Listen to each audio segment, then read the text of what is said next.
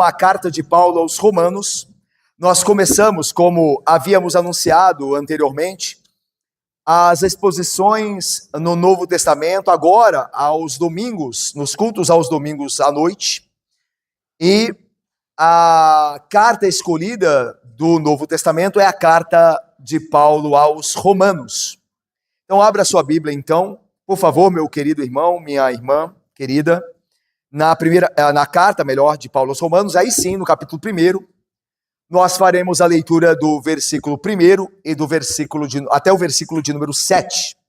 Romanos, como está em nossa liturgia, de capítulo 1, de 1 a 7. Esse trecho que nós leremos, irmãos, faz parte do grande prefácio, da grande saudação inicial, da introdução da carta do apóstolo Paulo. Ok? Então veja aí comigo.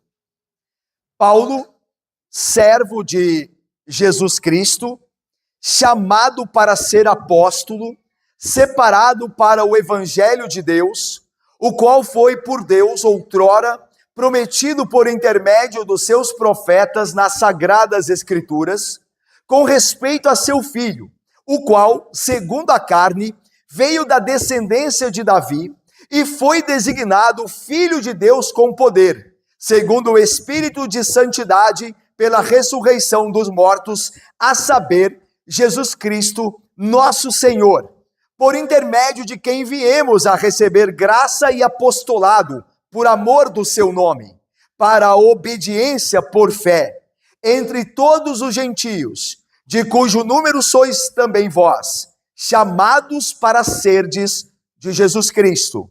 A todos os amados de Deus que estais em Roma, chamados para serdes santos, graça a vós outros e paz, da parte de Deus, nosso Pai, e do Senhor Jesus Cristo. Vamos orar mais uma vez? Deus santo e bendito, ó Pai, nós lemos a Tua palavra, ó Deus, que é a verdade, infalível, inerrante. Agora, ó Pai, nós precisamos do auxílio do Teu Santo Espírito, ó Deus, para que Ele abra o nosso entendimento, ilumine o nosso coração, para que a glória do Evangelho de Seu Filho, Jesus Cristo, as boas novas que foram anteriormente anunciados pelos pais e pelos profetas, ó Deus, agora nos chegue poderosamente, aplicada ao nosso coração, transformando a nossa vida, fazendo-nos crer e obedecer a Jesus Cristo, Teu Filho, nosso Senhor, Rei e Salvador. Assim, ó Pai, abençoa-nos, ajuda-nos, dá-nos a Tua graça, enquanto ouvimos a Tua palavra. Assim nós oramos em nome do Rei e Salvador Jesus Cristo, com perdão dos pecados. No nome dele nós o fazemos. Amém. Meus irmãos, ninguém duvida da importância da epístola de Paulo aos Romanos. Essa epístola influenciou a vida de homens como Agostinho, de Hipona, dos reformadores Lutero e João Calvino, e de John Wesley, da Igreja Metodista.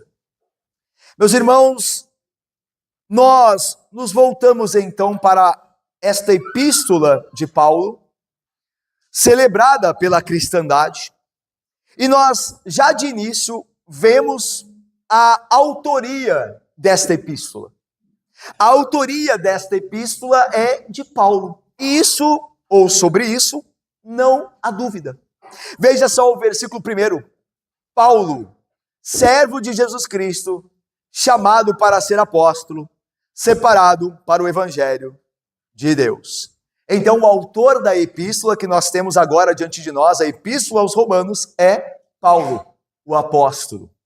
Mas Paulo escreveu essa epístola, segundo ele mesmo nos diz em sua carta, em sua epístola, com a ajuda de um homem chamado Tércio.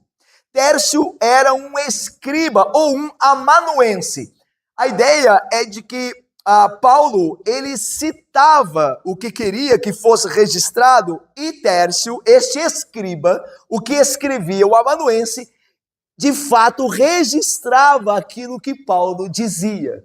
Tanto que, se você for comigo no final da carta aos Romanos, no capítulo de número 16, que é o último capítulo, você vê Tércio se apresentando aqui no final. Ele diz assim: eu, Tércio, que escrevi esta epístola, vos saúdo no Senhor. E a ideia, obviamente, que a epístola não tem, obviamente, as palavras aqui do Evangelho, não tem origem em Tércio, mas que Tércio era o amanuense, o escriba de Paulo, que ajudava Paulo a escrever a carta, ou seja, que registrava o que Paulo ia lhe dizendo. Então, Paulo é o autor, como ele se apresenta aqui, sem a companhia de nenhum outro.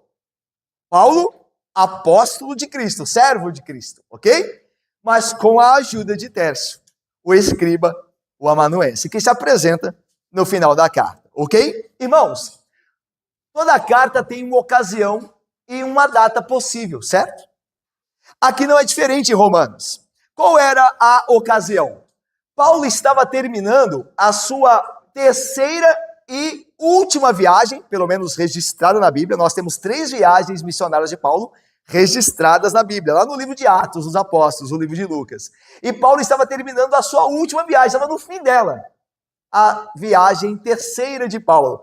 E ele estava, depois de ter passado pela Acaia, a Macedônia, ele estava agora na Grécia, que é onde ele termina a viagem. E provavelmente ele estava na cidade de Corinto. Como nós sabemos isso? Porque no final da carta, ele faz menção de uma mulher chamada Febe.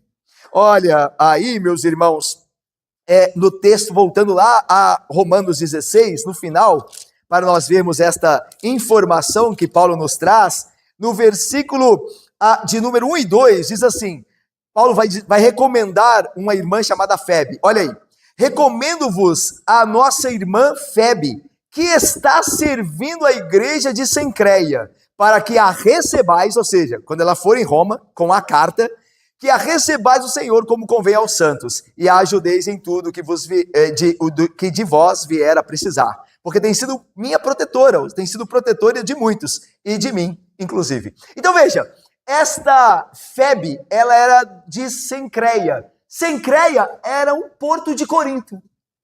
Então Paulo vai mandar a carta que nós temos em mão hoje aqui, até Roma, porque é a carta aos romanos. E ele vai fazer isso por meio de uma irmã, que vai portar a carta até a igreja em Roma, ou a comunidade cristã em Roma, vinda de Cencreia. Essa irmã sai de Cencreia, por isso que Paulo está recomendando, olha, eu estou mandando Febe aí, estou recomendando ela, recebam ela e cuide dela, porque ela tem que cuidar de mim e de outros aqui. Então ela está saindo ali de junto de Paulo com a carta. E como era de Cencreia, então, muito provável, Paulo estava em Corinto, onde ele escreve a carta aos romanos. Outra informação que nos é acrescentada a isso é que Paulo estava hospedado na casa de Gaio. Ele fala isso também no capítulo 16, olha aí, no final da carta, da epístola, capítulo 16, volte novamente aí, no versículo de número 23, ele fala aí, olha, saúda-vos Gaio, meu hospedeiro e de toda a igreja. Então veja, Paulo estava hospedado na casa desse homem chamado Gaio. Este Gaio, ele é mencionado na primeira carta de Paulo aos Coríntios, no capítulo 1, 14, quando Paulo diz assim, eu dou graças a Deus que eu não batizei nenhum de vós. Tem que entender lá o contexto, porque Paulo está falando isso, viu? Por causa de uma disputa lá. Não que Paulo não queria batizar ninguém, é porque lá havia uma disputa, lembra? Eu sou de Apolo, eu sou de Paulo, lembra? Aí ele, olha, dou graças a Deus que eu estou fora disso. Vocês não têm nem por que invocar meu nome como seu... Porque eu batizei poucos de vocês. Aí Paulo diz, que eu me lembro, eu tenha batizado Gaio. Ele fala de Gaio. E agora Gaio aparece. Então, Gaio era um membro da igreja de Corinto. E agora, quando ele escreve os Romanos, ele diz que está hospedado na casa de Gaio. Então veja, tudo isso nos leva, Débora, a entender que Paulo estava em Corinto quando escreveu a epístola aos Romanos. Qual que era o ano? Provavelmente o ano de número 57. Os teólogos, eles colocam provavelmente, tá, esta data, entre 53 e 58 depois de Cristo. Mas alguns fixam em 57. Então, nesse período de 53 a 58 depois de Cristo, é que Paulo vai escrever esta carta aos Romanos. E por que Paulo, irmãos, está escrevendo a carta aos Romanos? Qual que era o propósito de Paulo? Irmãos,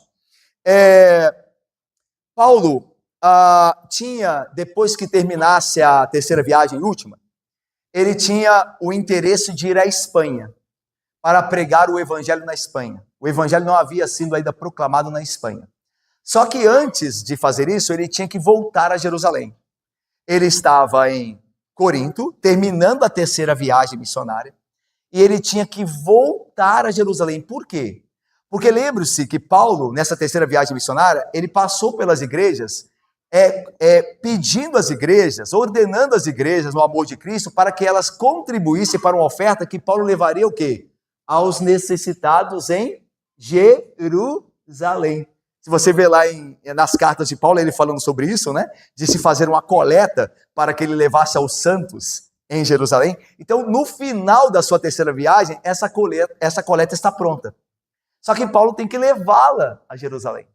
E também não só por isso, ele tem que dar também o parecer de como for a viagem dele. Lembra que Antioquia era que o havia enviado, e ela estava próxima ali de Jerusalém. Então Paulo tinha que voltar para dar um relatório de como fora a terceira viagem missionária. Então ele tinha ainda compromissos em Jerusalém. Mas depois disso, de ir a Jerusalém, ele queria então, desimpedido, assim, terminada a terceira viagem, ele queria a Espanha. E de caminho, ele queria passar em Roma. Olha só o que Paulo diz lá no capítulo 15. Veja aí comigo, Romanos 15, 22 a 25. Romanos 15, 22 a 25. Olha aí Paulo falando, irmãos. Olha o que ele diz aí sobre isso que nós acabamos de falar. Essa foi a razão porque também muitas vezes me senti impedido de visitar-vos. Ou seja, Paulo não havia ainda visitado os romanos. Nós vamos ver aqui que Paulo não conhecia a igreja em loco. Ele nunca havia estado com a igreja em Roma. Então ele queria conhecer aqueles irmãos. Então veja, mas agora, já não tendo já campo de atividade nessas regiões, você está terminando a terceira viagem missionária, e desejando há muito visitar-vos, penso em fazê-lo quando em viagem para a Espanha. Veja, ele queria ir para a Espanha pregar o evangelho lá. E é interessante que a Grécia e, obviamente, Corinto está no caminho. Você pegar o mapa, você vai ver Jerusalém, aí você vai entrar no Mediterrâneo, vai passar pela Grécia e Espanha. Então, de caminho para a Espanha, Paulo, então, deseja parar em Roma para conhecer melhor, né? Melhor, repetindo, Palestina, Itália e aí sim Espanha. E Paulo queria passar pela Itália, né? Para então depois ir à Espanha. E aí ele diz, ele continua, olha aí, versículo de número 24. Pensa em fazê-lo quando em viagem para a Espanha, pois espero de passagem estarei convosco e para lá seja por vós encaminhado, ou seja, para a Espanha, depois de haver primeiro desfrutado um pouco da vossa companhia. Mas agora estou de partida para Jerusalém, a serviço dos santos. Então vamos lá, deu para entender? Então Paulo está agora na Grécia, é muita informação, né? Muito lugar. Então vamos lá. Paulo está na Grécia, em Corinto, onde ele está escrevendo a carta.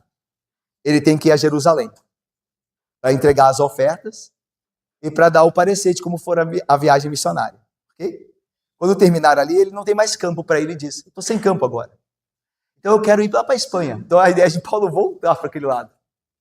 E aí ele diz, mas eu vou passar antes de ir para a Espanha, eu passo pela Itália.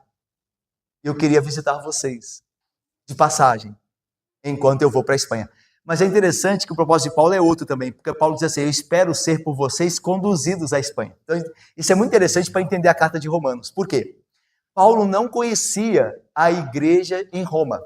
Aliás, é bem possível que nenhum apóstolo tenha fundado a igreja de Roma. Tanto que o apóstolo Paulo vai dizer aos romanos, vai dizer o seguinte, na carta, eu vou ler para vocês, para que vocês não tenham que abrir.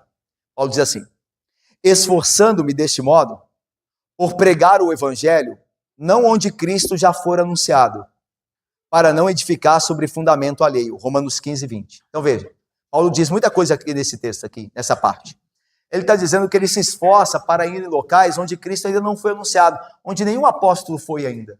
para que ele não entre para edificar no fundamento de outro. É uma questão até ética de Paulo. Se um apóstolo estava cuidando de uma região, ele não sentia que é bom, que seria bom ele ir lá, já que havia alguém lá pregando o evangelho. Então Paulo teve interesse para ir onde Cristo não for anunciado. Então veja, em Roma, é bem possível por essa palavra de Paulo, que não havia ainda tido em Roma uma visita de um apóstolo. Alguém para instruir em loco os crentes em Roma. Então Paulo pretendia ir lá para anunciar o evangelho. Só que a igreja de Roma, como a gente viu aqui, não conhecia Paulo ainda. Então isso faz muita diferença para a carta de Paulo aos romanos. Porque é uma carta que está apresentando o evangelho, não é? Os teólogos nos chamam a carta aos romanos de um compêndio teológico, de um tratado teológico, de um tratado, um resumo do evangelho. É porque ele está se apresentando e ao evangelho do qual ele é apóstolo e mensageiro, aos romanos. Por isso que Paulo fala de tantas coisas do evangelho, tantas doutrinas em Romanos. Então a gente começa a entender melhor o porquê, e porquê de uma introdução tão grande. Essa introdução aqui aos romanos, na carta, é a maior introdução conhecida das antigas cartas gregas. Nenhuma carta grega antiga conhecida tinha uma introdução tão grande como essa de Paulo, que vai do versículo 1 do capítulo 1 até o versículo 17. Porque Paulo está se apresentando a uma igreja, a irmãos que não conhecem pessoalmente. Então veja, assim ele, como eu disse, quer passar pela Itália e Roma para ir à Espanha. Só que ele precisa ser conhecido, ele quer se fazer conhecido dos irmãos em Roma, para que eles possam, posteriormente, ajudá-lo na viagem. Tanto que ele diz, para que vocês possam me encaminhar até a Espanha. Porque Paulo precisa de uma base missionária. Não é assim os missionários? Eles não precisam de igrejas que os apoiem, que os ajudem, que colaborem na verdade? Então Paulo, ele escreve aos romanos com esse intuito também, não só de fazer uma apresentação robusta do evangelho de Cristo, que aqueles romanos já creem, embora nenhum apóstolo tenha pregado a eles, mas ele também quer se fazer conhecido porque ele quer contar com a ajuda dos romanos na ida dele para a Espanha. Então esses são alguns propósitos da carta de Paulo aos romanos. Mas como é que aquela igreja, se nenhum apóstolo esteve lá, como é que aquela igreja surgiu? Os teólogos apontam uma possível resposta para isso através do Pentecostes de Atos, no capítulo 2. Vocês se lembram que quando, no dia de Pentecostes, logo após a ressurreição de Cristo, homens de todos os lugares do mundo estavam em Jerusalém para a festa do Pentecostes? E então os homens de Deus ali, os crentes em Jerusalém, começaram a falar em línguas. E falavam as maravilhas de Deus na língua daqueles povos que estavam ali. É bem possível que ali houvesse judeus que eram romanos, que eram de famílias judaicas, mas haviam nascido em Roma. Ou judeus que haviam ido morar em Roma. E eles, então, naquele dia, creram no evangelho como muitos creram naquele dia. E quando eles voltaram para Roma, eles levaram o evangelho no qual creram. E aí começa uma comunidade cristã em Roma. Provavelmente por causa desses que estiveram em Atos, lá no dia do Pentecostes, Atos 2, e ouviram a pregação de Pedro, e se converteram, e voltaram para as suas cidades, e uma dessas cidades era Roma. Muito provavelmente havia judeus de Roma ali em Jerusalém naquele dia. Então essa é uma possibilidade bem de fato possível, digamos assim, para a origem da igreja lá da comunidade cristã em Roma. Meus irmãos, para terminar essa introdução, o gênero literário que nós temos diante de nós aqui não é apenas uma carta. É uma carta, é chamada Epístola aos Romanos. Mas ela é mais do que uma carta. Ela é um tratado. Uma carta que é um tratado. Um tratado sobre as doutrinas de Deus, sobre o evangelho de Deus. É interessante que Paulo começa, da maneira que começa uma carta, né? Começa apresentando, né, o remetente, fala do destinatário, que fala que no capítulo 1 ainda, no início aí, olha aí, versículo 7. Quem são os destinatários? A todos os amados de Deus que estáis em Roma. Então tem um remetente, que é Paulo. Paulo, apóstolo, servo de Cristo, apóstolo, ok? Tem um destinatário, aos amados que estão em Roma. Tem as saudações finais bem pessoais, aquela igreja local que fala de Febe, para receberem Febe, que cita nomes, então bem próprio de uma carta bem pessoal. Mas, ao mesmo tempo, no meio dessa epístola, no centro, no miolo dela, há teologia, há tratados teológicos, há Paulo falando do evangelho de Deus. Então nós podemos chamar este gênero, do qual o Romanos é escrito, de uma carta tratado. Ela é uma carta, mas ela é um grande tratado sobre o Evangelho de Deus em Cristo. Aliás, esse é o tema da carta. Há muitos temas que Paulo trata, mas se nós pudéssemos escolher um tema central, seria o Evangelho de Cristo. Até porque nós temos, no final da introdução de Paulo, a grande declaração dele, que é muito lembrada pela cristandade. Olha aí comigo, versículos 16 e 17. Vamos ler juntos? No capítulo 1, leiamos. Pois não me envergonho, porque o poder...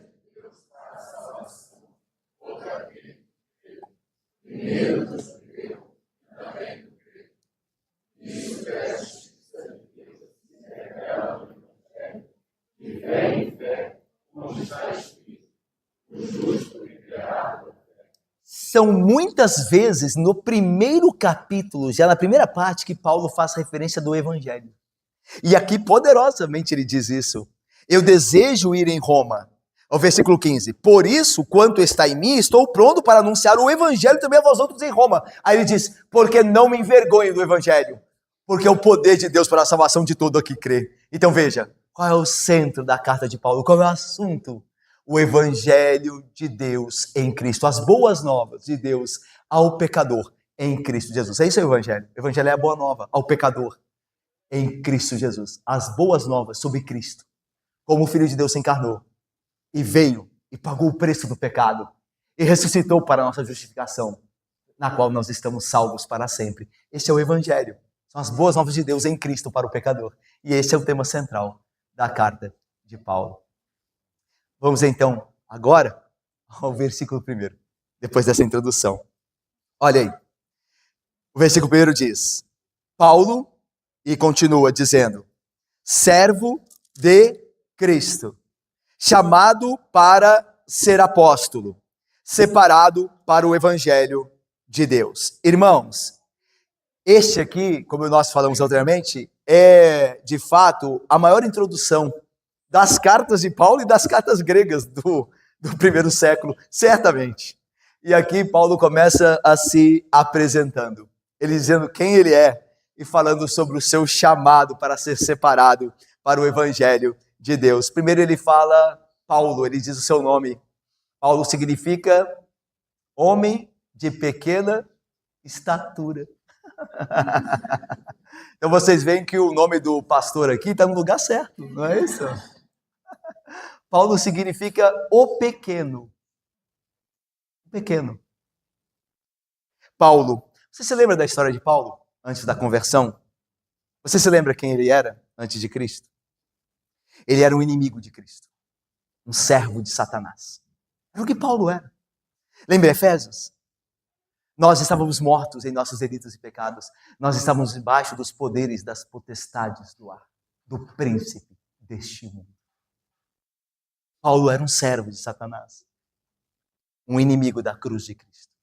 Ele mesmo diz isso. Olha como ele diz isso. Quando ele está falando ao rei Agripa, da família herodiana, lá em Jerusalém, ele diz quem ele era e o que aconteceu com ele. Diz assim lá em Atos.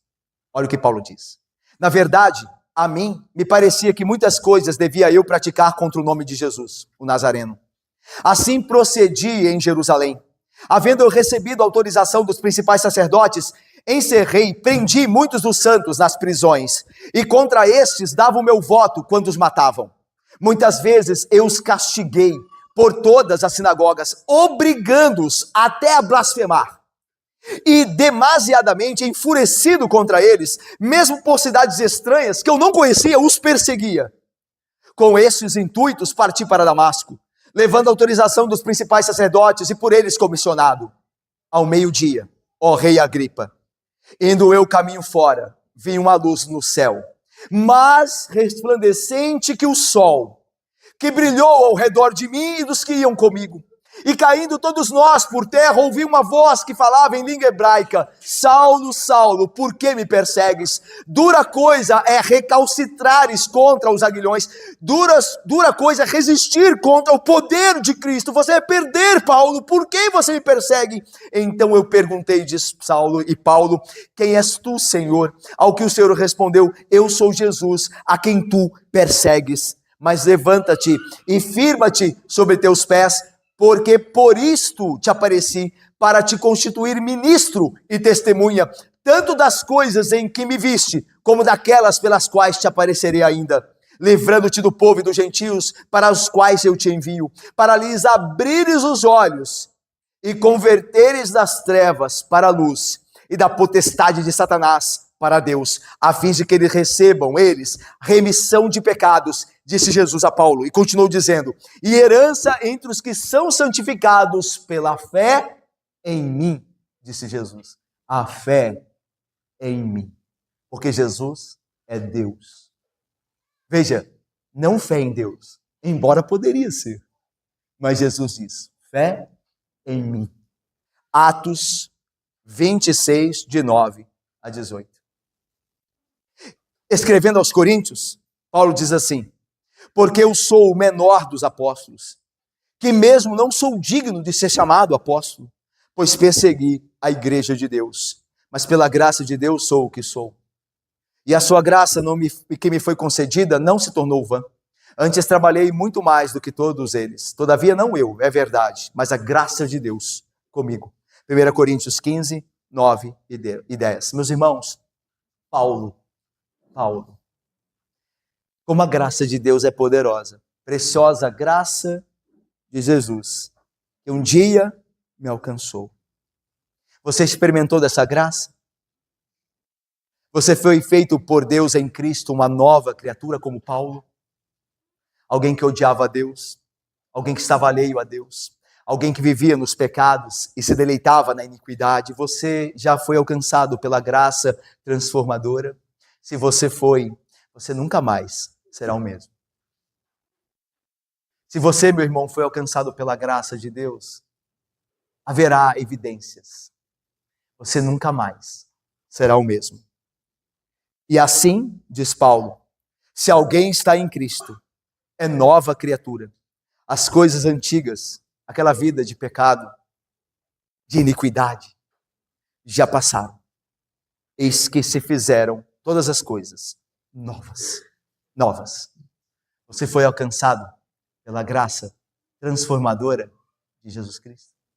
Você pode dar testemunho disso na sua própria vida, do quanto você tem mudado a imagem de Cristo.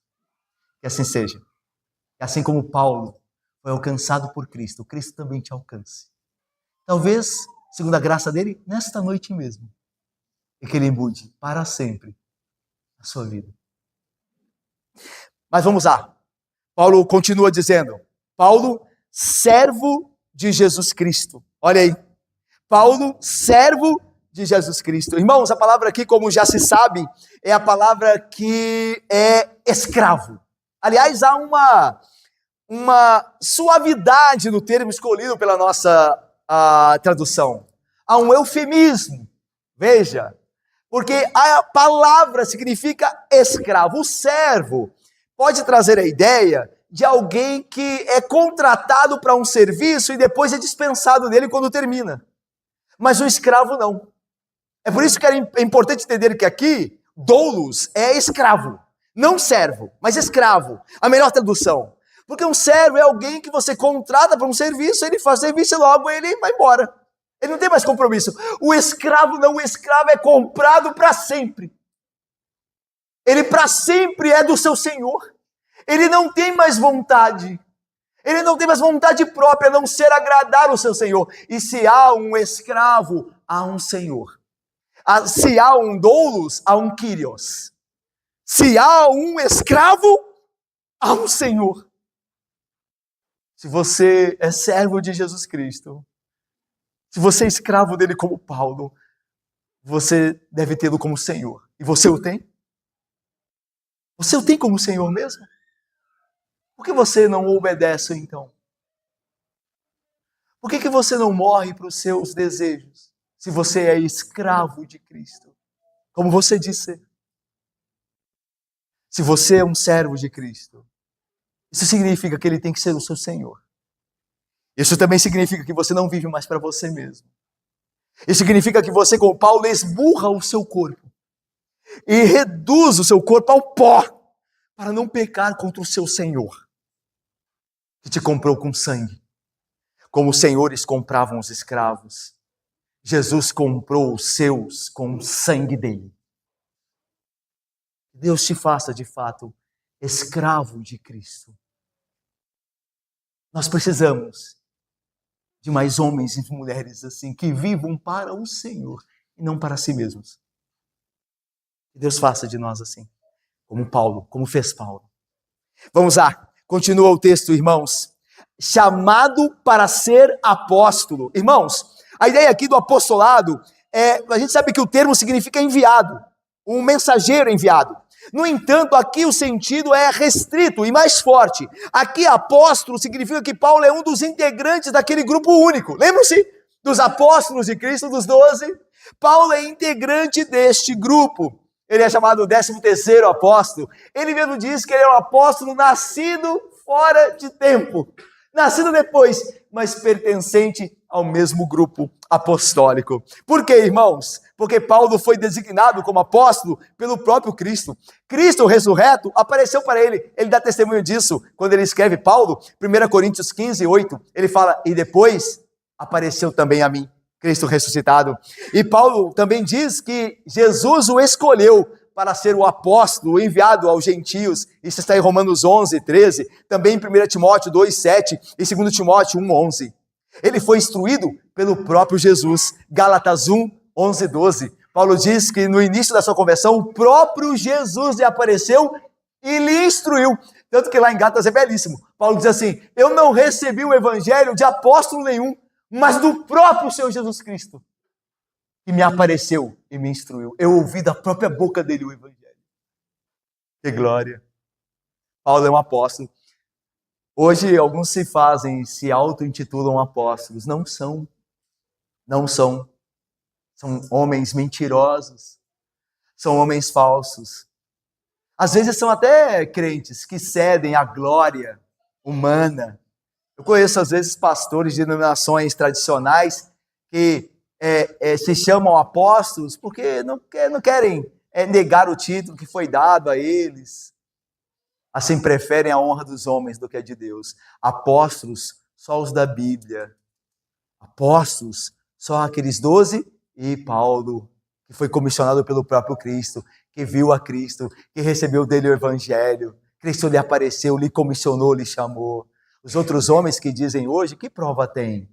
Como não você sabe que eles são de fato quem dizem ser? Qual é a prova, meu irmão? Você está sendo enganado. Permaneça na palavra, na doutrina dos apóstolos, que nós temos a palavra confirmando que são autoridades de Deus.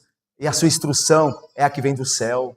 Não esses homens que ficam se auto-intitulando apóstolos. São mentirosos, preferem mais a glória dos homens do que a glória de Deus. Nós permanecemos na doutrina dos apóstolos, os apóstolos de Cristo. Mas continuando aqui, meus irmãos, Paulo é um apóstolo. E aqui, meus irmãos, é o seguinte, a Bíblia fala que Paulo é um apóstolo, é um representante de Cristo Jesus. E aqui, meus irmãos, nós devemos entender que dar ouvidos à doutrina pregada, o evangelho pregado e escrito por Paulo, é dar ouvido a Cristo Jesus. Olha o que Jesus Cristo diz aos apóstolos enviados, que seriam enviados.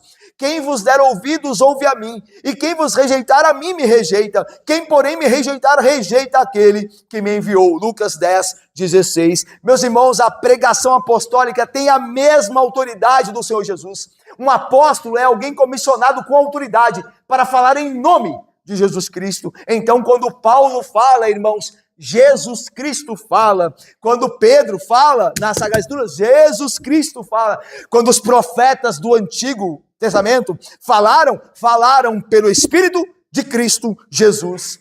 É a autoridade de Cristo. Quem resiste à pregação apostólica, à pregação da doutrina dos apóstolos, resiste. Não a pastor, irmãos, não a pastor. O problema antes fosse ao pastor, ao miserável do pastor, que não pode lhes fazer nada, antes fosse o problema, antes fosse esse, resiste a Cristo,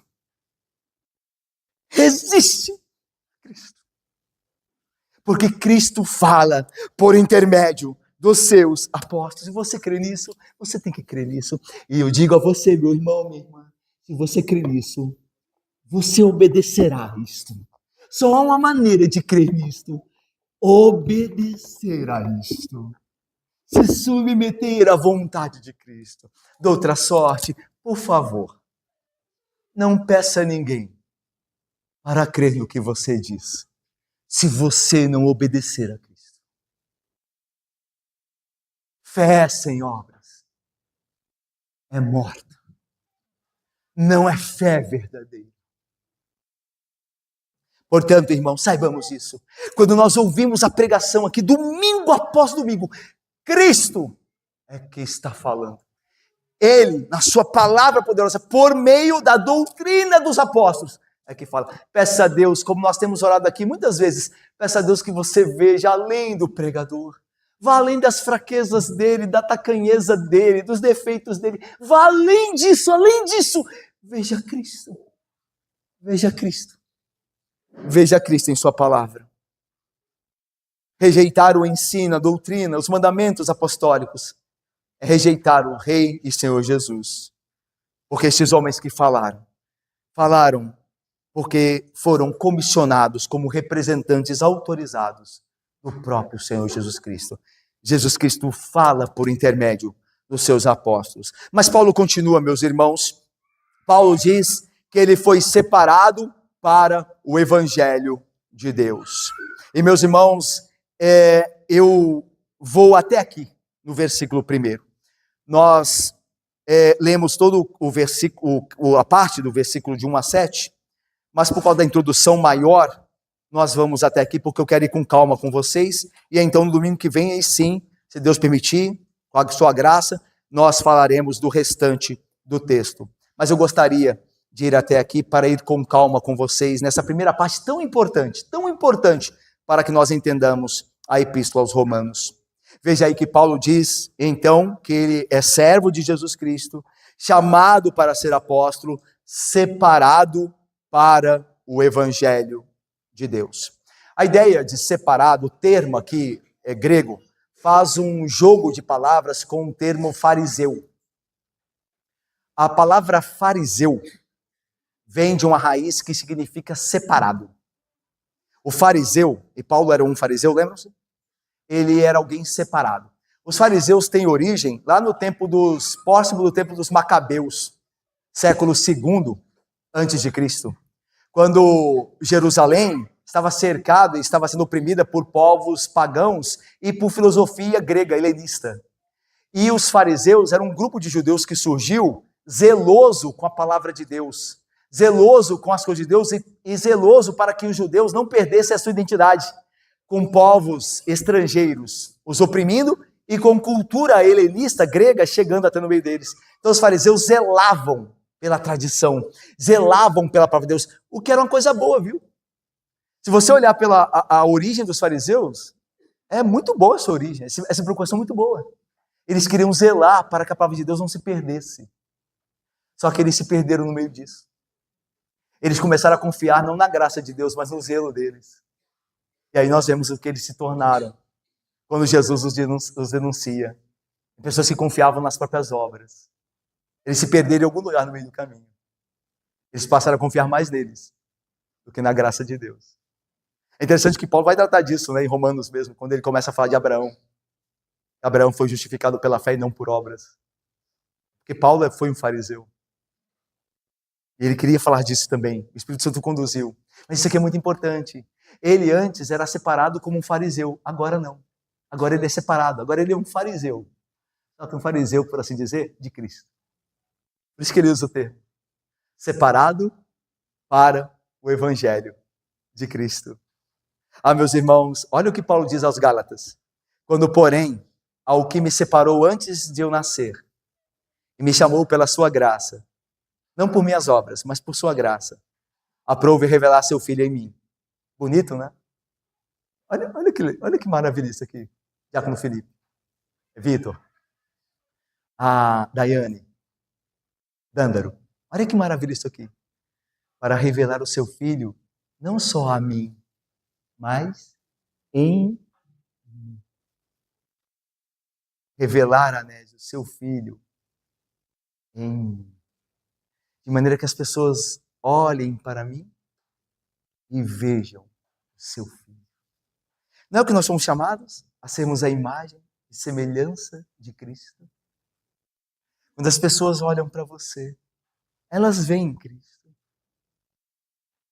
Elas veem a graça de Cristo. A severidade de Cristo contra o pecado, quando você luta contra os seus próprios pecados. Eles veem Cristo em você. Você foi separado. Paulo também. Mas foi separado para que Cristo fosse visto em você. Para você ser de Cristo e Cristo teu. E Cristo em você. Talvez você entenda e ache que ser cristão é frequentar uma igreja. Muitos acham. Infelizmente. Você precisa parar de se enganar. Hoje mesmo. Cristo precisa mudar a sua vida. Hoje mesmo. Senão não há esperança para você. Senão você será como um fariseu. Como Paulo era. Não separado para Cristo. Mas separado para uma fé vã em si mesmo. Uma fé disfarçada de moralismo. Uma fé de aparência. E não de poder. Você é de Cristo e Cristo é teu. Cristo está em você. Cristo está moldando o seu ser. Você se parece com Ele a cada dia. Paulo foi separado para isso. Você também foi chamado para ser santo. Separado. Palavra santa. Palavra santo, o termo santo. A designação vem do verbo que fala separar também. Você foi chamado para ser um separado. Para Deus. Para ser de Cristo. Para que o Filho seja revelado não só a ti, como foi pelo Evangelho, mas em ti. O poder dele em ti. Para você conhecer o poder da morte dele. E da sua ressurreição. Você, meu irmão, conhece o poder da morte de Cristo? Eu vou lhe dizer como você pode conhecer à luz da Escritura, pelo poder do Espírito. Você tem morrido para você mesmo. Os seus pecados. Ou eles têm prevalecido sobre você? Ou eles têm vencido você? Ou você tem morrido para os seus pecados, conhecendo o poder da morte de Cristo e o poder da sua ressurreição em uma nova vida, Heloísa? Em uma nova vida. Anita, querida. Mas eu termino por hoje. Separado para o Evangelho. Veja, Laila, Thaís, Tiago, Bárbara. O Evangelho, Débora e Maria Alice. Não sobre Deus. Também, mas aqui, o Evangelho de Deus. Deus não é só o tema do Evangelho em Cristo. Ele é o proprietário do Evangelho. O Evangelho é o Evangelho de Deus. E faz toda a diferença entender isso. O Evangelho é de Deus.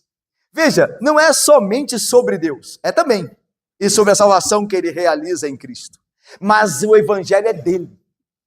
E Paulo sabia disso, tanto que colocou o Evangelho separado para o Evangelho que não é meu. Nem de homem algum, mas de Deus. Deus é tanto o autor como o seu proprietário. Paulo é simplesmente o mensageiro que Deus chamou e separou para proclamar às pessoas a mensagem que vem do próprio Deus, Eliã e diácono João Felipe. É por isso que Paulo, ao se referir ao Evangelho, diz: porque eu recebi do Senhor o que também vos entreguei. 1 Coríntios 11, 23, que é o nosso texto, Renata, clássico, quando nós vamos, pelo ministro do Evangelho ordenado, celebrar a mesa do Senhor.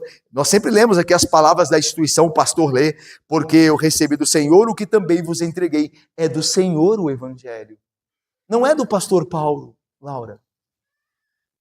Não é de outro homem. É de Deus o Evangelho. Vem dele. Meus irmãos, então isso significa que pastores devem pregar o Evangelho cientes que não possuem autorização de corrompê-lo, nem o descaracterizar, pois o Evangelho não é deles, é de Deus. Irmãos, às vezes os pastores estão diante de textos que eles tremem em pregar, eles podem tremer em pregar certos textos. Porque talvez aquele texto vai falar a um problema da igreja que ele não quer tocar. Aquele texto vai mexer com a vida de alguém que está vivendo errado e ele não quer arrumar confusão, mas ele não tem escolha. Ele não tem escolha. Porque o evangelho, Vinícius, não é dele, é de Deus. Ele não pode manipular o que é de Deus. Não, ministro fiel. E eu vou lhe dizer, você também não pode, meu irmão. Você também não pode. Os membros da igreja do Senhor devem dar testemunho do Evangelho de Cristo sem suavizá-lo. Pense quantas vezes nós somos tentados a suavizar o Evangelho de Cristo para agradar a todos. Pense lá quando você está no seu trabalho, na faculdade, no colégio, para que você consiga transitar naqueles vários grupos distintos de pessoas, você corrompe o Evangelho. Você deixa de falar o que deveria, você deixa de chamar de pecado o que é pecado. O que o Evangelho denuncia como pecado. Mas eu e você tememos e descaracterizamos o Evangelho com medo dos homens. Mas o Evangelho não é meu nem seu. O Evangelho é de Deus.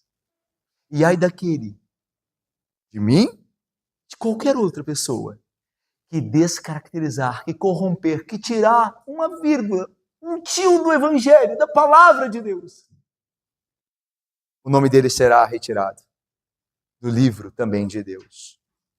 Por isso, meus irmãos, o Evangelho deve ser dado testemunho dele, sendo ele o Evangelho de Deus. Nós devemos pregar o Evangelho de Deus com amor, com esperança de conversão, de edificação, mas com coragem e compromisso, no entendimento, irmãos, que o Evangelho é de Deus, não é nosso. Ore sempre pelos pastores, pelo pastor de sua igreja, pelos pastores da IPB, pelos pastores de igrejas verdadeiramente bíblicas e que pertencem ao Senhor, para que eles nunca deixem de pregar o Evangelho de Deus, mesmo que isso lhes incomode, irmãos. Mesmo que isso doa em vocês, mesmo que isso constranja vocês, que vocês peçam a Deus, Senhor, que o meu pastor, o pastor que o Senhor colocou sobre a igreja, jamais deixe de pregar o Evangelho, que ele nunca ceda, que ele nunca barganhe. Ó Deus, guarda o pastor, para que todo domingo ele fale o que vem do Senhor, não dele, constrangido por homens, com medo de falar. Livra ele disso, guarda a vida dele, que ele fale o que vem do Senhor. E Senhor, continua a tua oração, meu irmão e minha irmã.